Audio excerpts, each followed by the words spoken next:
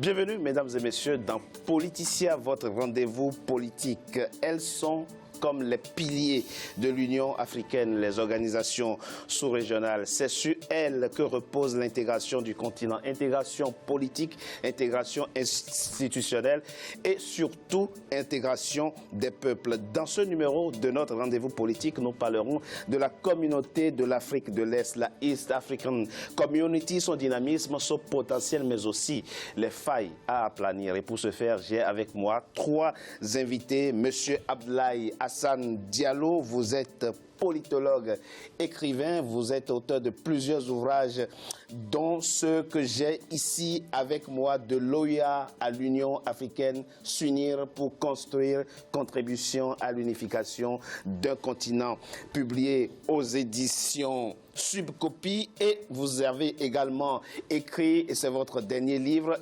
l'itinéraire d'un ancien combattant, Diagourou Verdun Terra, publié aux éditions Les Impliqués.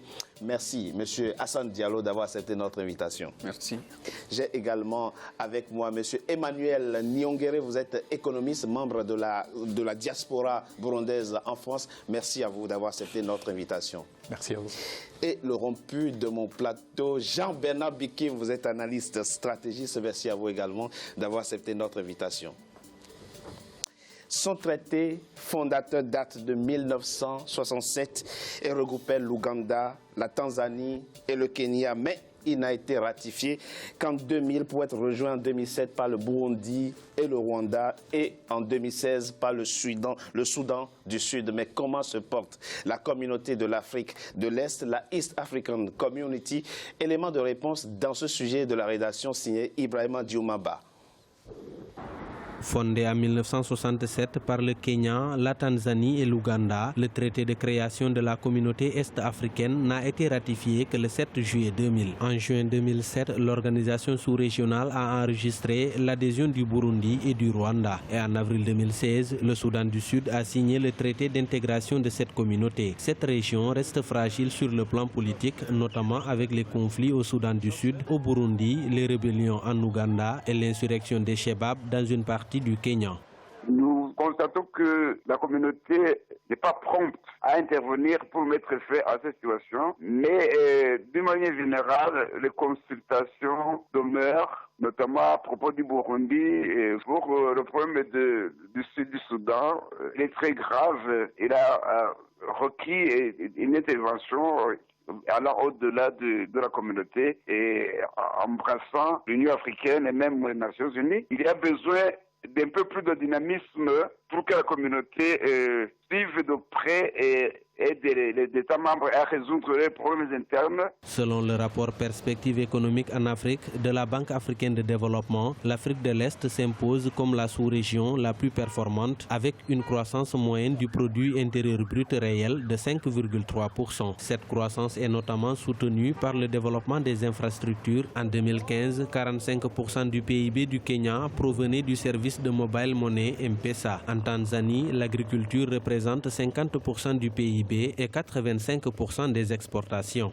Une politique plus ou moins stable de la région où les pays se sont regroupés en bloc régional économique et surtout avec des accords qui ont été signés pour la promotion des infrastructures, notamment le projet ferroviaire qui a commencé petit mais avec une perspective d'expansion plus ou moins régionale où il y aura les chemins de fer qui relient les ports des différents pays. Ces différents projets qui commencent à se réaliser petit à petit contribuent énormément à cette croissance économique de la région. Parmi les réalisations de la communauté de l'Afrique de l'Est, il y a la mise en place d'une union douanière depuis 2005, l'entrée en vigueur du marché commun en 2010, le lancement de son union monétaire et la mise en circulation d'un nouveau passeport électronique régional dans le but de faciliter la libre circulation des personnes. Pour accompagner ces mesures, plusieurs infrastructures voient le jour. Le Kenya a inauguré le premier chemin de fer électrique en Afrique reliant la capitale Nairobi à Mombasa sur 750 km. Les États membres de la communauté d'Afrique de l'Est envisage d'accélérer la mise en place d'un marché unique du transport aérien. L'Ouganda ambitionne d'exporter son pétrole d'ici 2020. Un accord cadre de 3,5 milliards de dollars a été signé avec la Tanzanie pour la construction et l'exploitation d'un oléoduc sur 1400 km. Monsieur Hassan Diallo, oui. La communauté d'Afrique de l'Est est perçue par de nombreux analystes comme étant l'une des communautés les plus dynamiques du continent. Quels sont les facteurs facilitateurs? Bon, d'abord, je crois qu'il y a l'union. Il y a l'union, le souci de partager ensemble, de construire ensemble. Moi, je crois que ce sont les premiers éléments importants. Maintenant, ils ont de l'imagination aussi, parce qu'à partir des richesses qu'ils ont, ils ont essayé de les mettre ensemble, de les travailler ensemble, et puis de faire profiter les populations de toutes ces richesses. Donc, c'est quand même quelque chose qui est à féliciter et qui doit servir même d'exemple aux autres organisations régionales. Doit servir d'exemple aux autres organisations régionales. Dites-vous, alors je rappelle effectivement que la communauté d'Afrique de l'Est, c'est aujourd'hui 140 millions d'habitants sur plus d'1,8 million km². C'est 2100 km de façades maritimes qui donnent notamment sur l'océan Indien. Parce qu'ils ont compris, comme dit M. Hassan Diallo, effectivement, ils ont très tôt compris qu'il faut profiter l'un de l'autre, les uns des autres. C'est ça l'élément moteur qui a impulsé ce dynamisme à cette communauté qu'on qualifie aujourd'hui de plus dynamique du continent. Effectivement, quand on regarde la composition de ce bloc régional, oui, on se rend compte qu'il est fait de 6 pays qui ont des aspects très différents. Ils sont très différents. Ils ont, par exemple, un pays comme le Kenya qui a quand même une grande, je dirais, expertise et pas mal de capitaux, qui a besoin d'exporter ses capitaux. Il y a des pays comme la Tanzanie, pareil, avec le Kenya, qui ont accès à l'océan. C'est ça. Et qui met le port de Dar es Salaam au service du Rwanda et du Burundi, qui ont besoin de ces deux pays pour pouvoir accéder à l'océan Indien, pour pouvoir exporter et importer leurs biens communs. Donc tout ça, ça crée une certaine harmonie. Il y a aussi l'Ouganda qui voudrait se positionner pour pouvoir exporter ses hydrocarbures, comme on vient de le voir, mais aussi pour profiter, parce qu'il faut le dire, la Tanzanie, le Kenya, c'est des pays qui ont une tradition touristique très développée. Ils ont un potentiel touristique assez énorme. Et l'Ouganda, le Burundi et le Rwanda profiteraient de ces deux pays qui ont déjà une expertise dans la matière, tout en développant sur leur sol, par exemple, des circuits touristiques qui leur permettraient de faire entrer des devises. Donc c'est complémentaire. Alors, Jean-Bernard Bikim, quand on suit effectivement le parcours de cette organisation, on est frappé par la volonté de faire. Le traité créant l'organisation est né en 1967, puis il est dissous en 1977. Et puis, en 2000, ils comprennent que, attention, on ne peut pas s'en sortir si on ne se met pas ensemble, et ils créent la East African Community. Et depuis, ils ont réussi à impulser le dynamisme qu'on connaît aujourd'hui. Il faudra avoir un double regard. Sur le premier regard, on pourrait dire que d'un point de vue macroéconomique, les chiffres qui sont présentés semblent je dirais, ils sont mirifiques, voilà, je veux dire, ils sont mirifiques. Le second regard, il faut le nuancer.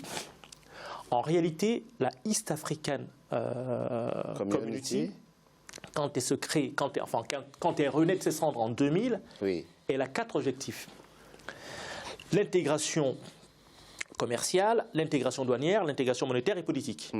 Sur ces 4 objectifs, un seul a été rempli, l'intégration commerciale.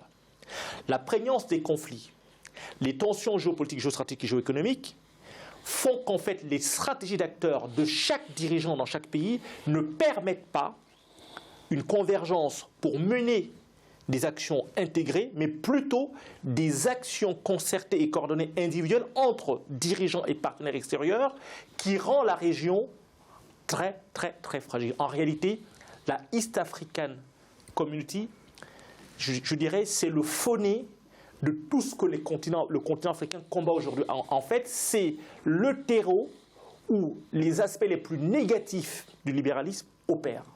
Alors, quand vous parlez d'intégration commerciale, vous intégrez aussi l'intégration douanière, parce qu'ils ont quand même réussi, hein, l'union douanière. Oui. Ils ont quand même réussi, et vous allez nous dire qu'est-ce qui a favorisé effectivement la création de l'union douanière au sein de cette communauté, c'est-à-dire que vous exportiez ou importiez un produit de la Tanzanie ou du Kenya, vous êtes soumis aux mêmes règles tarifaires, vous êtes soumis aux mêmes tarifs douaniers. Qu'est-ce qui a arrangé ça au fond? Qu'est-ce qui fait que, parce que ça rame encore au sein des autres communautés du continent, mais qu'est-ce qui a fait qu'ils ont réussi très rapidement à féconder cette union douanière très rapidement? Je pense que l'union douanière a été favorisée par le fait, parce qu'il y avait un besoin vraiment principalement pour les deux pays, les trois pays, l'Ouganda, le Rwanda et le Burundi, parce que c'est des pays enclavés. Oui. Donc ils avaient besoin de cette union douanière pour pouvoir faciliter leurs échanges commerciaux avec l'extérieur. Ces trois pays n'ont pas accès à la mer, ces trois pays, ils n'ont pas le chemin de fer n'est pas très développé, donc tous les transports de marchandises passaient par la voie routière. Et donc tout ça, ça facilitait la consolidation de l'union douanière. Mais par contre, comme le disait notre cher ami, il y a toujours des fragilités. Ces fragilités, effectivement, c'est tous les blocs qui se créent au niveau économique, ils ne sont pas souvent l'émanation du peuple. C'est souvent les dirigeants qui les conçoivent, qui les mettent en place, qui les mettent en pratique. Donc là, effectivement, il y a eu l'union douanière, mais si on posait la question aux habitants des 5 pays ou 6 pays actuellement, oui.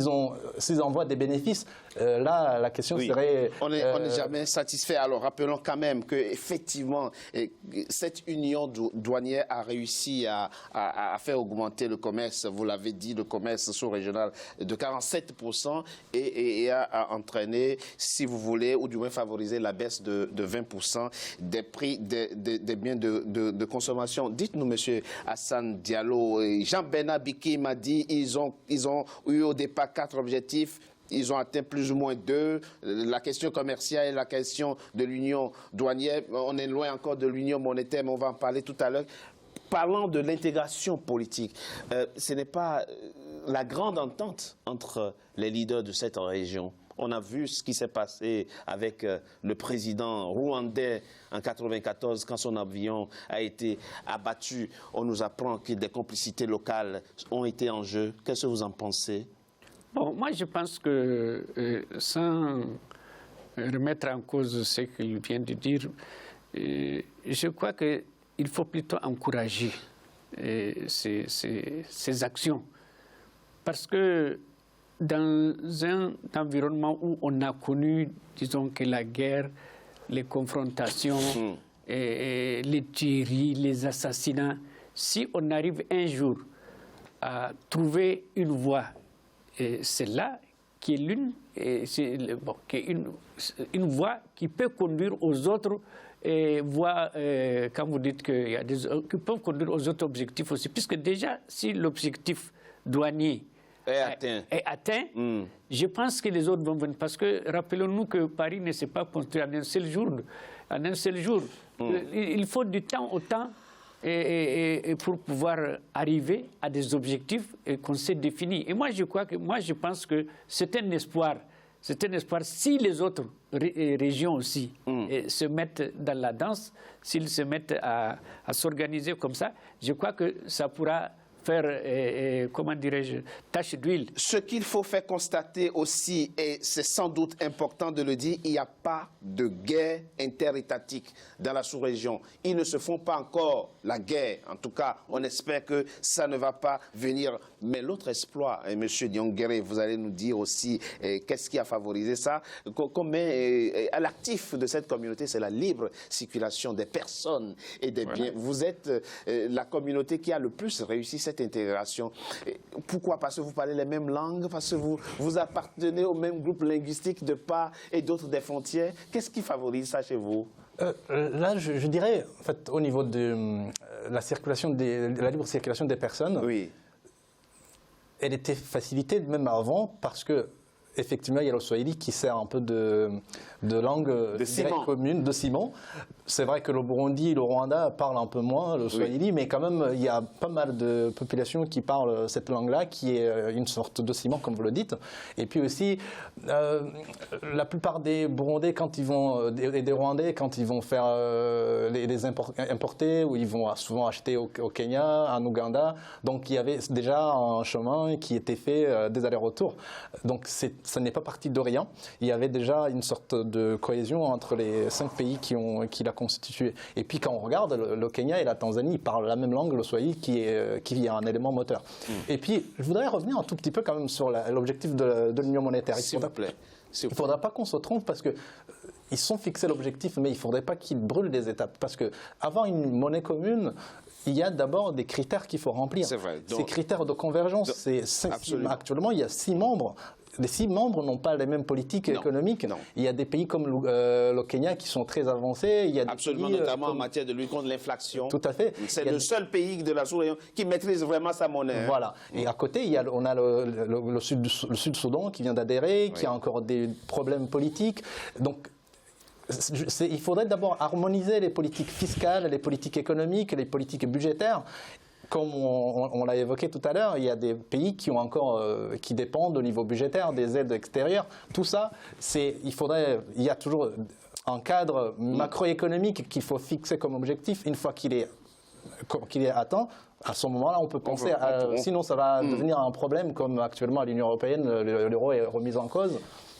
Jean-Bernard Bilkim, les pays de la sous-région ont aussi compris très tôt qu'il faille mettre en place des infrastructures transnationales. On le voit aujourd'hui, il y a des routes qui existent et qui relient facilement les pays entre eux. On sait que 85% des importations et des exportations des pays de la sous-région passent par le port de Mombasa et de Dar es Salaam. Ils ont compris tout de suite la dimension régionale que doivent avoir les infrastructures, notamment routières et ferroviaires. Alors, je vais revenir sur un point assez important qui nous a échappé.